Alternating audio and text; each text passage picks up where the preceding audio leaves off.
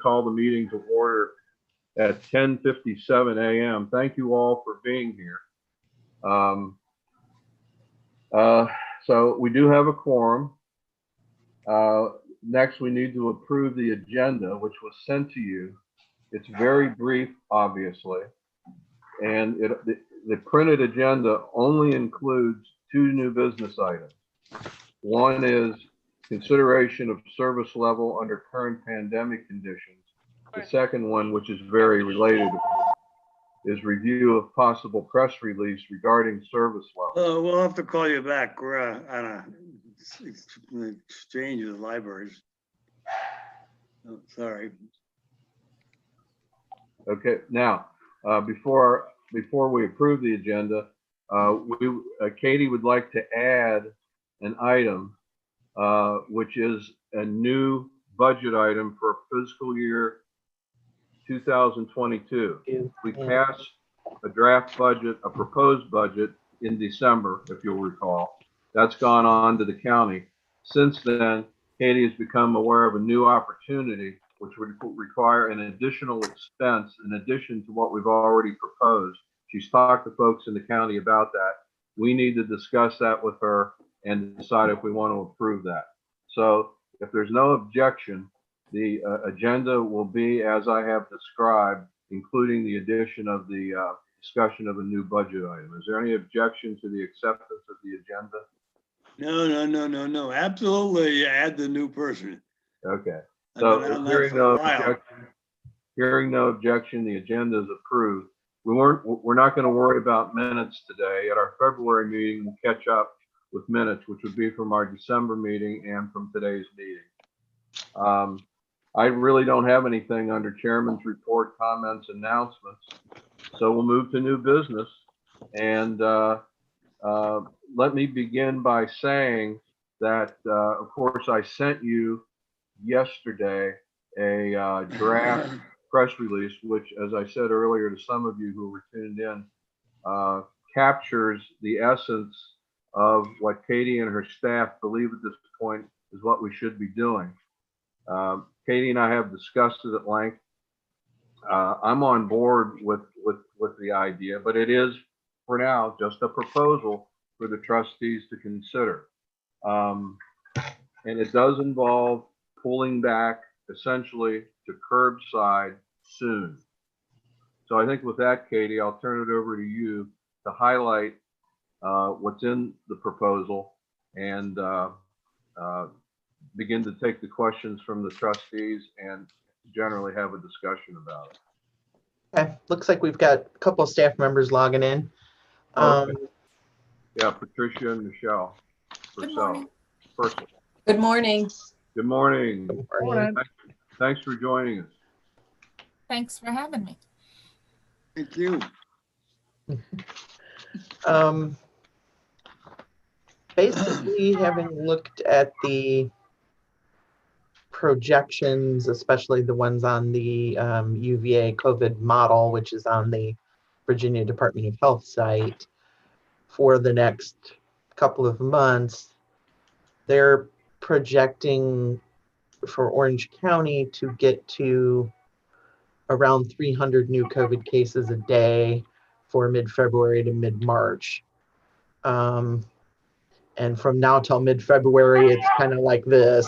To go from where we're at now to get up there, we'll stay up there for a bit and then come back down.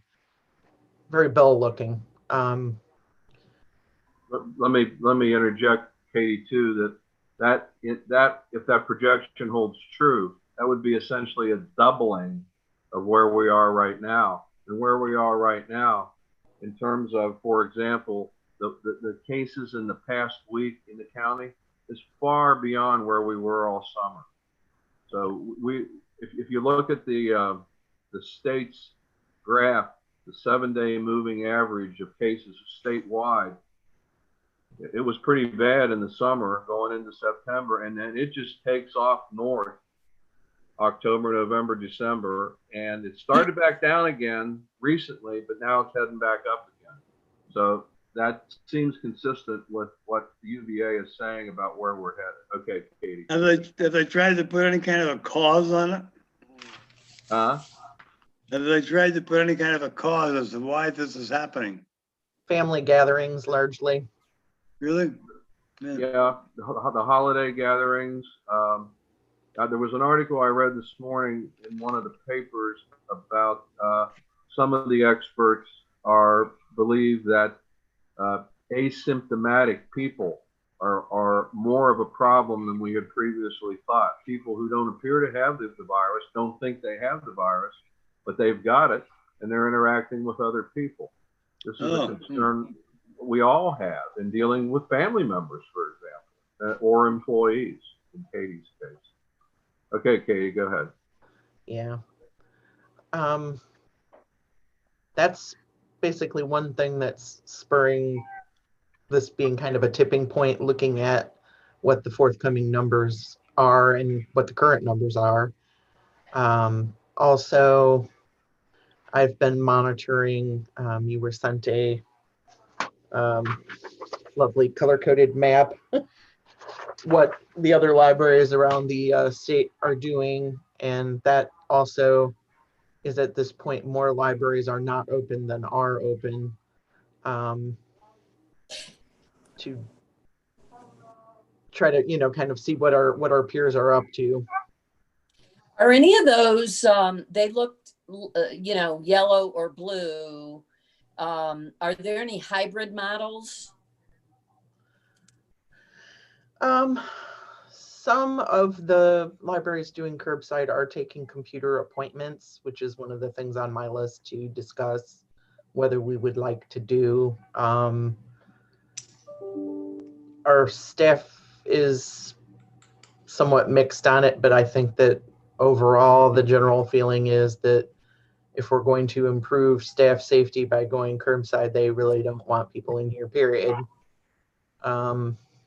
It does prevent people from using the computers because we don't have another way to provide that other than Wi-Fi.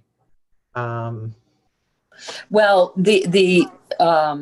yeah, and do you feel that the results of the staff survey still hold true, or do you feel like there's a change in sentiment about personal safety and the library hours, et cetera? Because that survey was done, I can't remember the date. You probably know better than I. And, this is such a fluctuating. Mid-December. Okay, so almost a month. So do you feel like there's change? Because, that kind of indicated staff, at least what I gather, and I think from your comments, they felt fairly safe as far as, the protocols in place. But maybe that's changed. I don't know. Just curious. I've tried to ask people. We decided not to redo it because we didn't want to give them survey burnout, but right. I have tried informally to grill as many people as I could. And I'd say it's about half and half as far as, no, this doesn't change anything for me. And wow, I'm looking at the news. I'm looking at all the additional cases that we're seeing locally. I'm looking at the local public schools are closed. My kid can't go to school. I'm scared now. So yeah, I think some of them have definitely moved. Another statistic I think that's worth noting, and I haven't been able to look at the Department of Health website yet today, but as of Wednesday, the positivity rate for the PCR test, which is considered to be the most reliable test, was 13%, meaning 13% statewide over a week of people who had gotten a PCR test had tested positive. And that number, 13%, is the highest since I started tracking this data in late September. And some of the, in previous discussions with Katie, I learned that some jurisdictions, libraries, other governmental agencies, departments are using the positivity as a key indicator of the seriousness of the virus. Some have pandemic plans that close them at 5% positivity. Some had it at 10%. Right, and we're at 13. And yeah, we're well over it. 10% sort of what I've been hovering in my mind as we need to seriously think about it when we get there, if we get there. So is that 13%, is that statewide? What about our health district? Yeah. Oh, no, that 13% was our health district. Okay. Statewide then. over 15 now, I think. Yeah, I'm actually now looking. I've got the website open. I'm clicking on testing. This would be as of yesterday. Statewide, the PCR positivity rate was 16.7, which is one of the highest numbers since late September. And our health district, which is 5 counties, Rappahannock, Rapidan, is PCR is now up to 13.4, and the number for all testing is 15.5.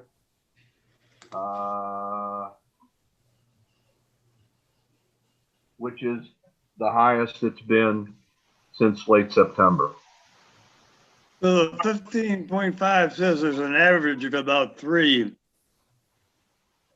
So should that affect us or not? We're part of that number. Orange County's part of that number, if that's what you mean. Yeah, but we're still well above that 3. The 3?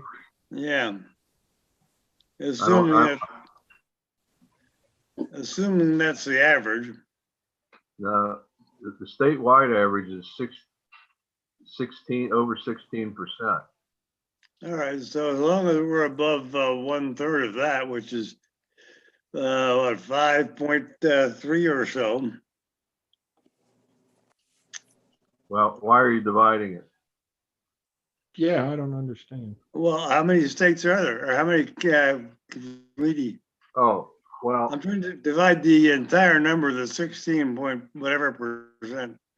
Well, Don, Find out how many- it's a composite number, so. Oh, you can't divide it. Dividing it wouldn't give us any more information. yeah. Oh, because I was wondering what the local, so-called local average would be. Yeah, we don't, I don't have that. That's as local as they probably get. Because that whatever the number is today, 16.4, that's an average of the 5 counties. Orange County could actually be higher than that. We don't know. Okay. It could be all lower. right. It could be lower, but at least it gets you in the ballpark of where Orange County is. Well, and it's obviously over the 10% threshold that Katie mentioned. so. That some libraries are using, yes. The day that Right. I was tested on the 20th of December, the doctor told me that he had tested 5 people positive, and that was at 10 o'clock in the morning. Uh-huh. Okay. Just Oh, that one day.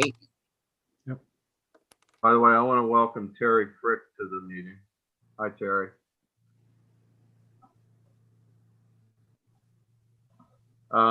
Katie, back to you. Okay. Okay.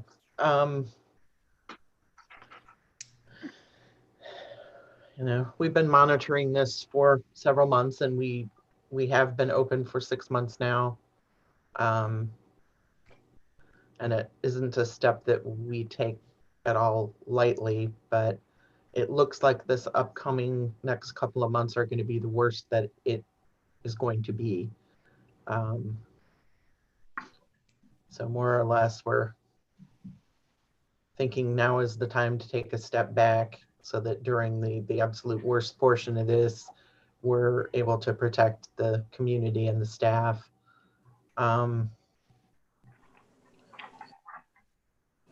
The one point on which I would appreciate input is whether or not to allow the computer appointments. There is some variability among the staff. I'd say it's about 2/3, 1/3 maybe. 2/3 not, 1/3 yes. What would that look like, for example, at the Gordonsville branch? Well, it would be challenging in the sense that a lot of shifts she has 2 staff members working, and they would need to answer the phones. pull all the holds, get all the stuff. One of them would have to be going in and outside to drop off the curbside. So if you're also having to take computer reservations by phone, disinfect the computers in between each person, manage the people getting in and out of the doors, which are locked, it will be very difficult for them. So their workload would increase quite a bit, is what you're saying. Yes, Everybody's workload would increase quite a It bit would. by what, 20, 30%? I think it will be if on a somewhat of a sliding scale, with it being most impactful at Gordonsville, then Wilderness, and then Orange, just because we usually have maybe 3 or 4 people working at once instead of 2. There is also So- the additional risk of those folks breathing our air, basically. The Right. computer Right. users have been the most disrespectful of the mask requirement at all of the locations. Wow. Oh, Okay. disrespectful of what? The number of people you allow in? Not wearing masks. They get there, they come in, it's on, they sit down at the computer. As soon as they swivel their chair so their back is facing you and you can't see their face, it's like this. Well, yeah, because I have So- one customer we've corrected 22 times. So When question, ban them. do you, and I don't have the data, but what, over the past, few months, what has the computer usage been as far as a proportion of the total patronage? Like, how many people are going to be shut out of if we only went curbside? Is that? I'm just curious, because Somewhat difficult to tell because the tracking counts that the computer reservation system provides are per 30-minute session, not Right. per customer. So one customer may have 5 multiple sessions. sessions and they may Yeah. come multiple times, even multiple times in the same day. So figuring out how many persons it is isn't really possible. Well, just a ballpark. I'm just curious how many people are going to be immediately affected, because you said the circulation was 6,000 to 7,000. I mean, the Mhm. patronage. The door So count, yeah. is that going to cut in half? Is that, I'm just curious what the effect's going to be in regard to that. Yeah, I have Maine's computer use stats right in front of me.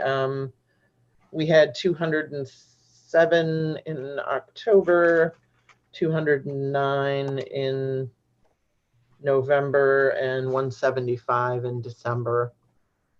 Okay. Is that As far as computer sessions. Okay, so some of those. Sessions. Okay. But that, that gives you at least I've got some kind of number. Right, and ours is maybe the it affects highest. The 150 branches are lower. people.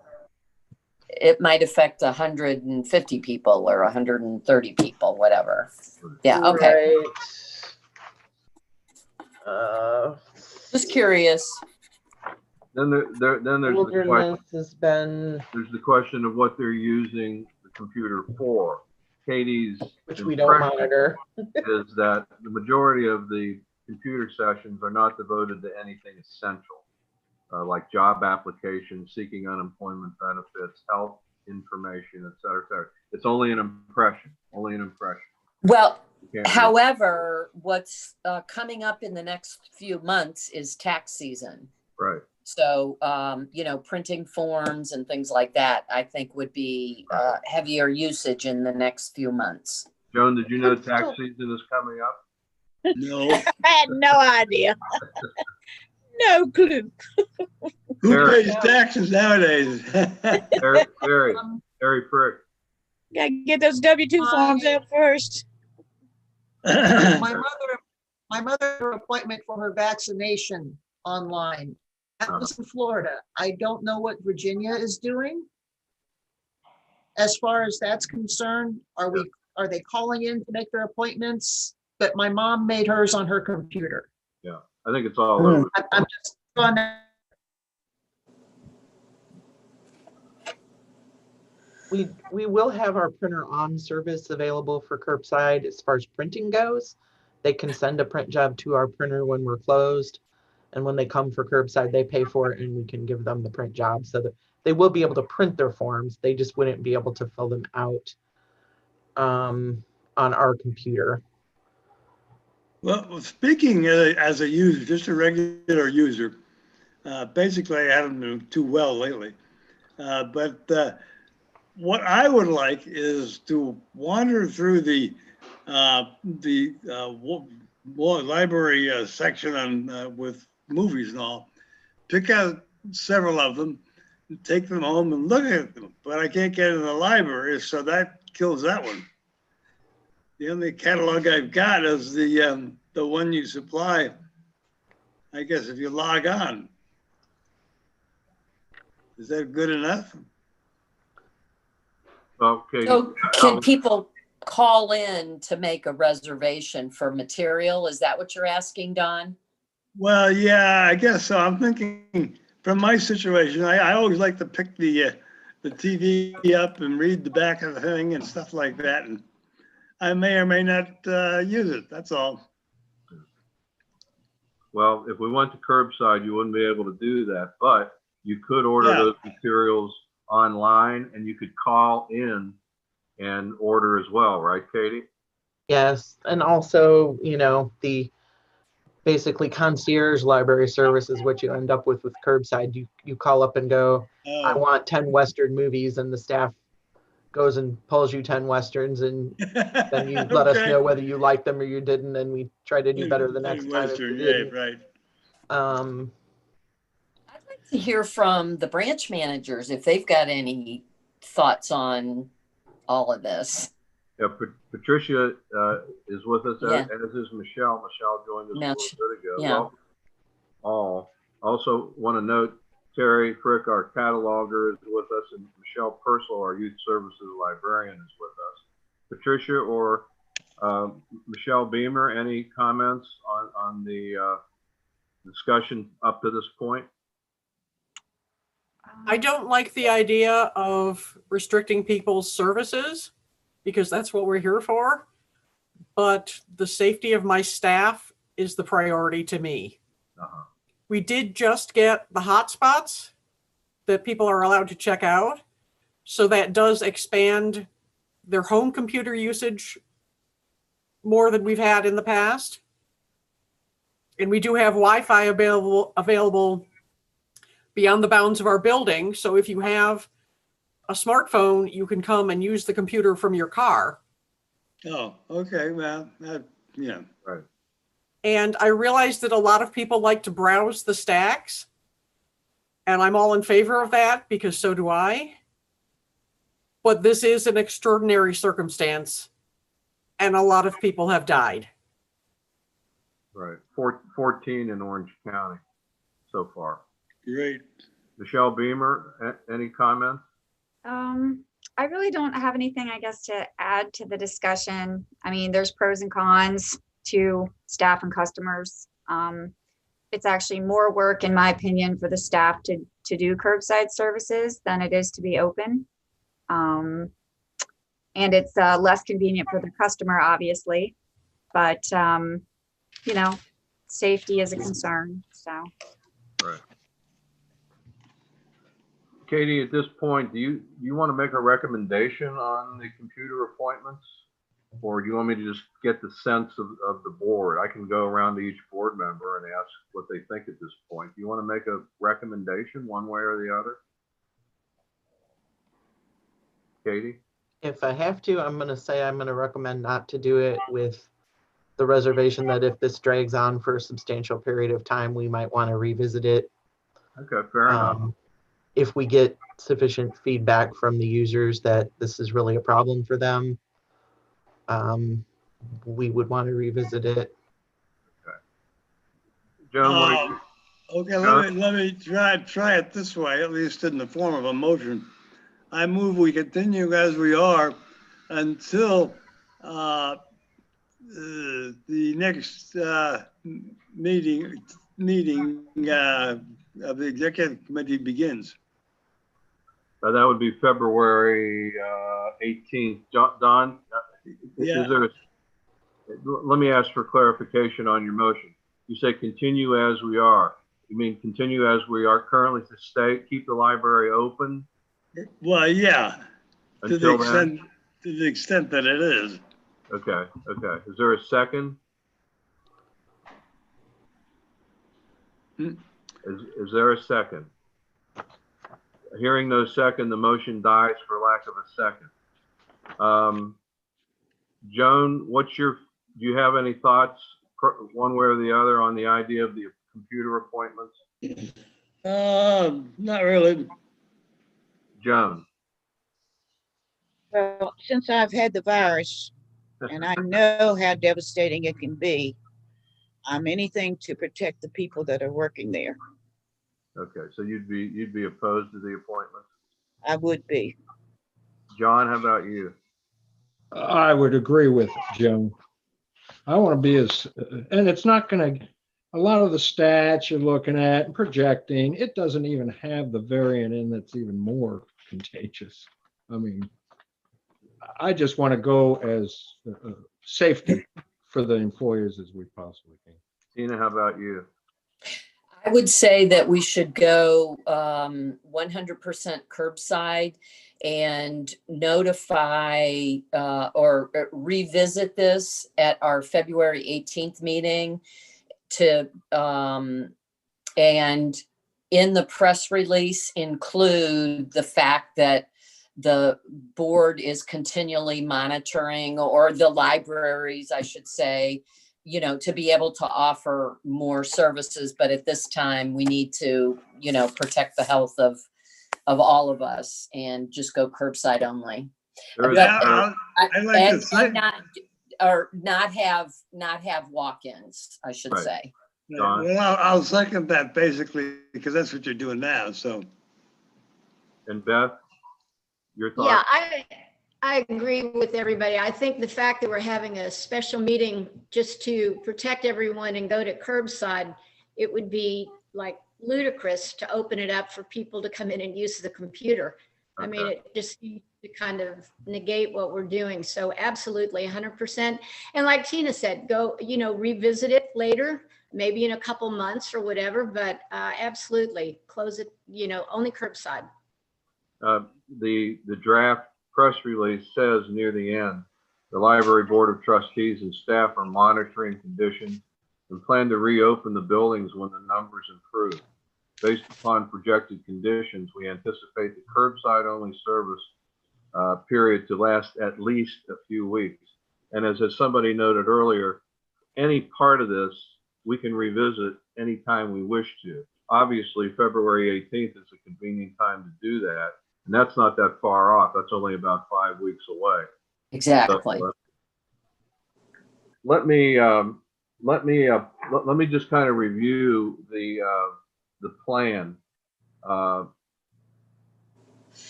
Return to curbside. There would be some adjustment in hours. It's not a significant adjustment.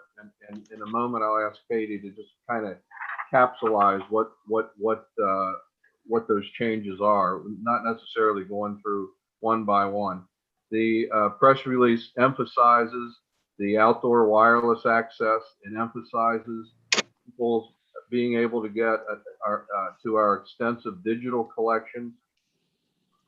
Katie and I, in addition to this, Katie and I have talked about a start date, and we agree that recommending a start date of next Wednesday.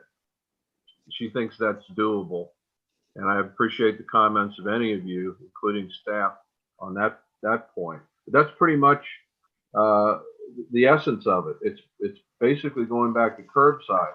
Despite the length of the press release, the draft press release, it's mostly about what does that mean? What does going back to curbside mean? It's the specifics, the nuts and bolts of what would be available, what would not be Kate, do you want to comment on the hours, please? Just generally? Sure. We have two changes basically. One is that Gordonsville would be shifting from 9:30 a.m. to 10 a.m. so that they have some time prior to opening in the mornings to get all of the holds that come in overnight pulled and get everything set up. It can get a little frenetic. Curbside, as Michelle pointed out, is more work than being open. And we're not going to have any more staff working. So it's sort of a period of time for them to do what they can do to get ready. And main 3 days, Monday, Tuesday, Wednesday, would be shifting from 7:30 p.m. to 7 p.m. Our usage at the end of the evenings has been very, very low, and Wilderness and Gordonsville are already closing at 7. So that way we're consistent across the system with that. Okay. Can Other you, than that, it's the same hours we've been doing. any questions or comments on the shift in hours? I have a Very question minimal. on, Katie, on staffing. We've heard that it's more work to do curbside. So how does that affect, or does it affect the current budget as far as staffing? I would assume that the overall, I mean, the patronage would probably drop some just because it's, people can't just walk in.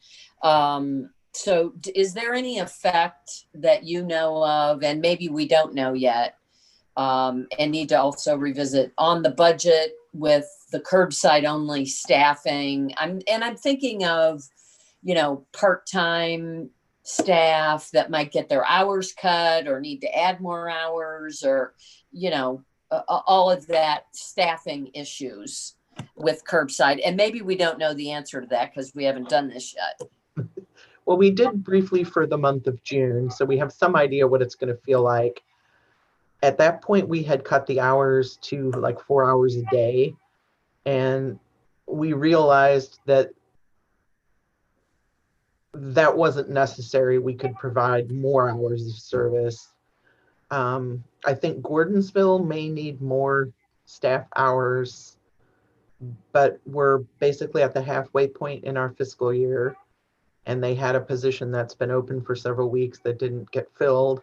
So she has sort of a pool of additional funds to draw on during this curbside period to be able to schedule some additional shifts. Okay, good. I think Maine should be okay based on how our trial period went in the summer, which is generally when we're busier. I think I'll ask Michelle to comment on Wilderness if she thinks that there's likely to be an issue there. I don't think so. Most of our shifts out here, we have 2 part-time on staff, plus Amy and myself available, and Michelle Purcell in a pinch. There are some where we have 1 person at the desk, but Amy and myself will just be rotating, with that person to maintain, the phones and carrying things out and that sort of thing. So I think we can make it work. I mean, we may be busier. We may be having to do some duties that we don't normally do, that may take over, put some of the other duties on the back seat, but I mean, we can get it done. Okay, great. Good. I have another weather question because Thank Katie, you. you indicate, huh? Thank you I for mean, I bringing love that up, 'cause I weather. forgot. I love the winter time, but you indicated in one of your, can't remember. I think it was the minutes for December about, winter weather, having staff going in and out, etc. So are there any considerations that we need to make with Public Works to, in the event of, weather related issues? Couple Notify them. I have asked them for some supplies here at Maine because we don't have anything to clean the walks with. They take care of it for us between like 6 and 3, but later in the day when we're here, they're not. I think what we decided as a fallback for inclement weather is that we would move our pickup carts into the lobby area. Each branch has 2 sets of doors, so we can unlock the outer ones but leave the inner ones locked and contain the curbside pickups in that vestibule space if we need to. Main particularly our awning that covers the front entryway is fairly small, and if rain or snow is driving sideways, it's useless. So we would have to do that to keep the books dry, if nothing else. The other piece of inclement weather is that normally with our other county administrators that we have had, the county administrator has been the determinant of closing the library for inclement weather. Right. They will remain such for sure during the 8 to 5 county hours. I did have a question whether we wanted to consider during the curbside period only allowing myself to decide to suspend curbside service if we needed to for inclement weather.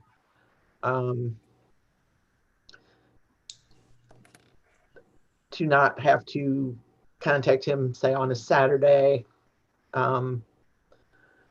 We have had issues in the past. Last year was great. We had almost no snow, but we have had issues in the past, particularly at Wilderness with plowing.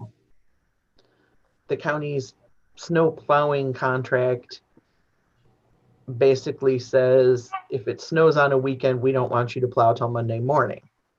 So if we get 6 inches of snow on a Friday night, Saturday is not necessarily going to be good to be open for that 3 hours of curbside.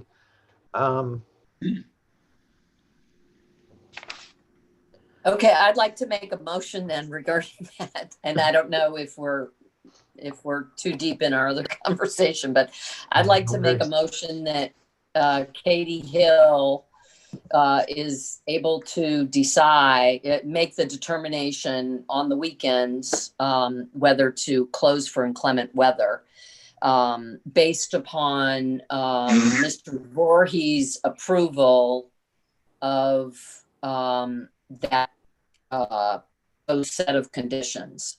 Is there a second? Second. On second. Just further discussion. The motion, as I understand it, is that the Board of Trustees endorses giving Katie, the library director, the discretion to close library facilities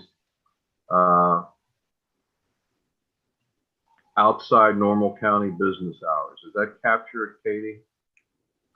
Yeah, just to suspend curbside because the buildings are already closed. So, subject to concurrence with the county administrator. I would add that. Well, that's what we're doing now. So it's your motion. Is that a yes. reasonable clarification?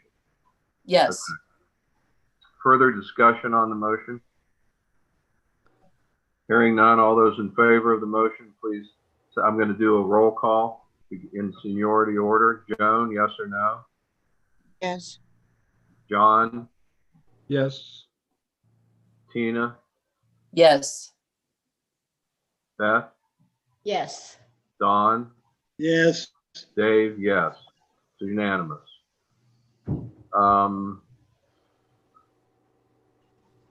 I thought I had another question. Oh, I wanted to ask for additional comments on the idea of implementing the new operational format beginning next Wednesday, which would be the 13th. I have a concern because the Orange County Review comes out on Thursdays. And this would not allow time for that press release to be in the paper for, review with the Orange County Review. So that was a concern that I have. How Okay. soon after the paper comes out, I'm not sure, but, it's one way of notifying, the public. So It's I hard- have that it's hard- concern It's hard about to the date. rely on that. I'm getting my Orange Review a week later than I used to. Oh, okay. But I guess I it's get on mine the, on Thursday. it's on the newsstands, I assume, on Thursday at the store. Yeah, sometimes Wednesday by 6 o'clock or something, but then that's still past the date. Katie, what's your reaction to that? If a decision is made today, I can get the press release to the county's public information officer today. They will have to read it and vet it, and then they will issue it to they'll send it out to NBC 29 and the Freelance Star, the Daily Progress, all of the local media outlets and print and broadcast. It's posted to the county site, right? Yes, they also post it, and anybody who subscribes to the county newsletter will receive it that way. If the Orange Review is a concern, we can go to next Friday. The balance was sort of, we feel like this is an urgent matter. So how long, if we think it's urgent, do we want to delay? And that's how Wednesday got picked. We didn't feel like we could turn it around by Monday morning. I don't think so. There's a lot to be done on the digital side with, changing our business hours in Google, changing about 6 or 7 different pages in the website. That takes some time, but more time we can do, less time probably not. How about the 16th? Because Saturdays are curbside only. So, I mean, I don't know. That seems like a flow to me. In the environment we're in, you're not going to get it perfect. Why not do it as planned and as proposed on the 13th? There's other sites besides, I just don't see the advantage of delaying it. You're going to delay it again for the same reasons if you actually had a meeting and looked at it. Somebody like to make a motion? I make a motion that it's effective on January 13th. Is there a second? I second it. Joan seconded it. Additional discussion. The motion is to implement the new operational status beginning Wednesday, the 13th. Any additional discussion? Hearing none, all those in favor, I'm going to do the roll call. Yes or no? Joan? Yes, John? Yes. Tina? No. Beth? Yes. Don? Yes. Dave? Yes. The motion passes. Now, I think where we are is we can continue to discuss aspects of the plan, but it does boil down primarily to our review curbside and all that means, which is captured in the press release. Katie has clarified what the shift in hours is. We have agreed not to include appointments for computers or anything else, I suppose. And we've agreed on a start date of Wednesday. I'm going to make a motion that we accept the plan, the new operational status as described in the draft press release to begin Wednesday, January the 13th. Is there a second? I second. Joan seconds. Further discussion? Hearing none, I'll ask for a vote. Yes or no? Joan? Yes. John? Yes. Tina? Yes. Beth? Yes. Don? Yes. Dave? Yes, it's unanimous. Now, I'll note that, as with anything else, I suppose, we ever pass, it is subject to review, challenge, and possible overriding by the county. But that's our position. We've established a position which Katie will relay immediately to the county, including the county administrator. And based on what Katie has told me, and you can obviously comment on this, Katie, but the discussions that I've had with Katie over the last few weeks suggest strongly that the county administrator will not object to this approach. Is that you think that's a fair statement, Katie? Yes, I summarized what I was including in the release in an email to him. And he said, thanks for the information. He didn't say, no, I don't think you should do that, or, you know. Right. I'm okay. So that we've taken care of that. We're now moved to the new business item of the new budget item, and I'm going to open up an email from Katie that talks about that. But before I do that, since I'm in my inbox, my email inbox, I'm going to point out that perhaps not surprisingly, President Trump says he will not attend the inauguration. And I think that's about it. Orange County has issued a press release, but it's about the visitor center, so that doesn't affect us. All right. Do you appreciate the news update? This is a bonus that you don't get on a lot of boards and a lot of organizational meetings.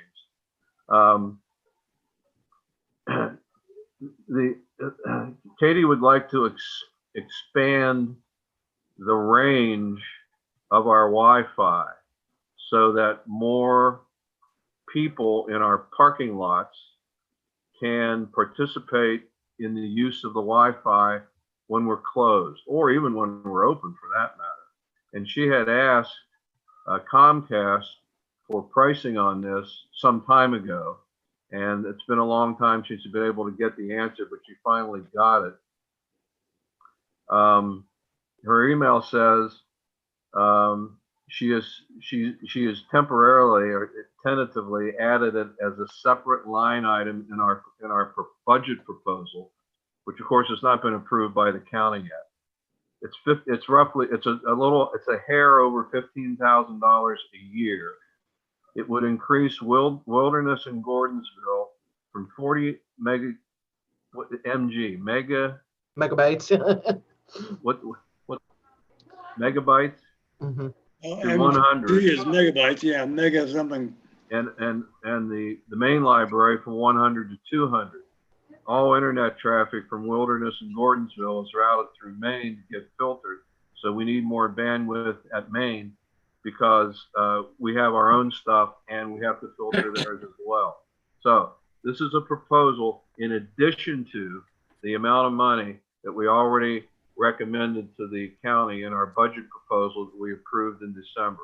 We're asking for an additional $15,000 to be added to that proposal.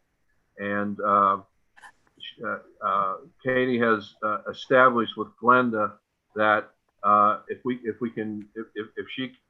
the board can act on it today and wants to do it, it can still be included in the budget proposal. Katie, is there anything you would add to what I've just described? The parking lot Wi-Fi expansion has already happened. That's done. IT department, when they were installing the parking lot expansion, said, and how much Wi-Fi do you have? And I told them, and they said, that's really not enough for sharing between all of your staff and however many people might be using it in the parking lot. And they said, you really should look into getting more.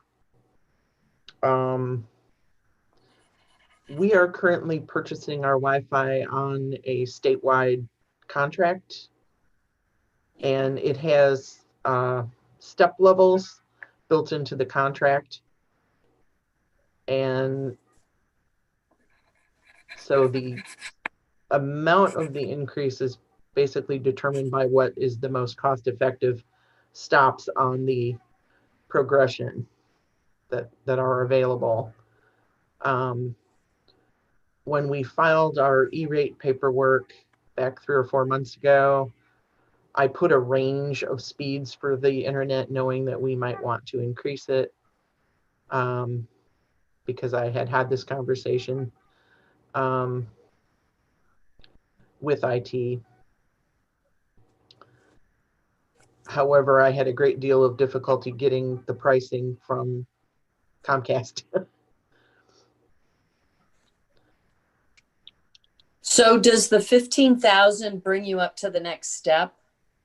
Yeah, as Dave described, Maine would double from 100 to 200, and the branches would go from 40 to 100. A person downloading a movie or streaming a video can use 20 meg, just that one person. So the branch is only having 40 meg. It's not a lot if you're potentially sharing it between 20 or 30 people.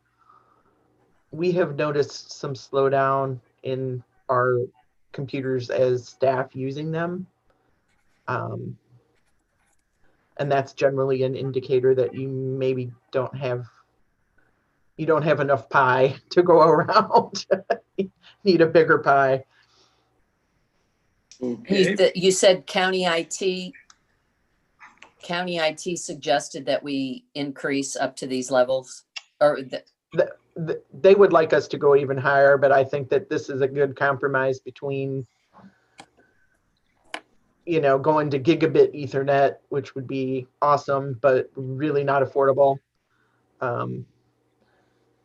It's basically, I think it's $1,251 a month. And considering we're paying over $4,000 a month, we're getting a whole lot more for not as much of an increase. right. So if the county said, no, you can't add any more to the budget, do you have places within the budget to make this happen? I mean, would this be a priority over something else in the budget? Hypothetically, obviously, we don't know what the answer will be. That's a tough one. I mean, there's no extra stuff in the budget. Everything has a purpose. So it would be the easiest thing to cut to fund this would be to get rid of the Wi-Fi hotspots for the public, but that's a service reduction. Okay, just Otherwise, asking. Katie, theoretically, once we begin that new budget year on July 1st of this year, which is the 21-22 budget that we're talking about, over the course of the year, should surprisingly you not be able to spend that amount of money on something else, again, theoretically, you might be able to transfer that money for this purpose, right? Possibly, because of the federal E-rate program, we get back 70% of what we pay for this particular cost, but we don't get it back in the year we spend it. We get it back the following year.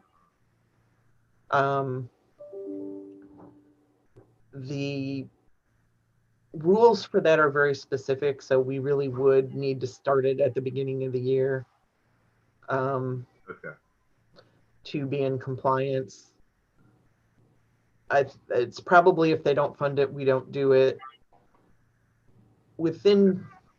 I've been saying this for some time now, and it's not something I control, but I am still being told that within a year or two, we will be moving on to the county's fiber, and they will become our ISP, and we will be able to have more bandwidth because basically I don't know, we will be paying for it, but it will be different than paying Comcast because we have this broadband authority, and then they're going to have a provider that they're going to bring in, and I don't know a whole lot about the details, but we are going to be able to get an increase down the road if we can't get it now.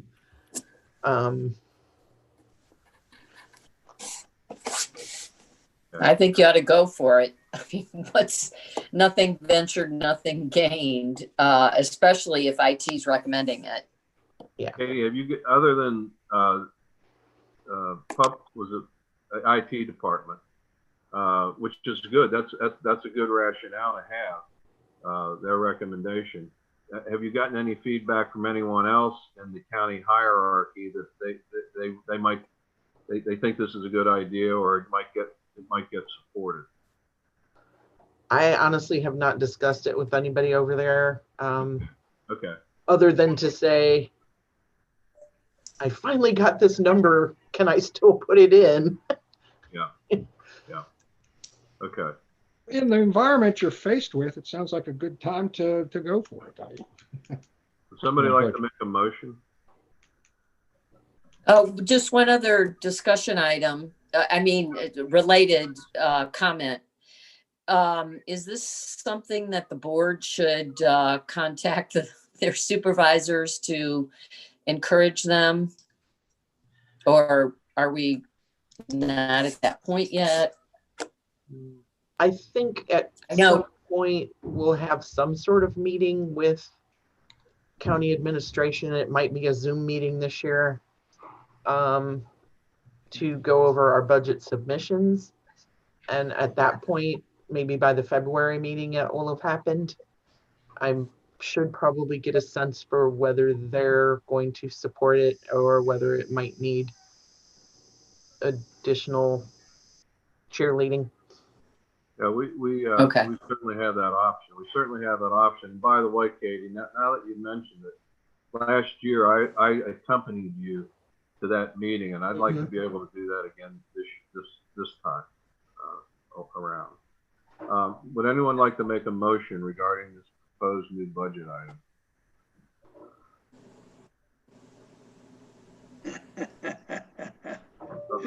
Then I'll make it.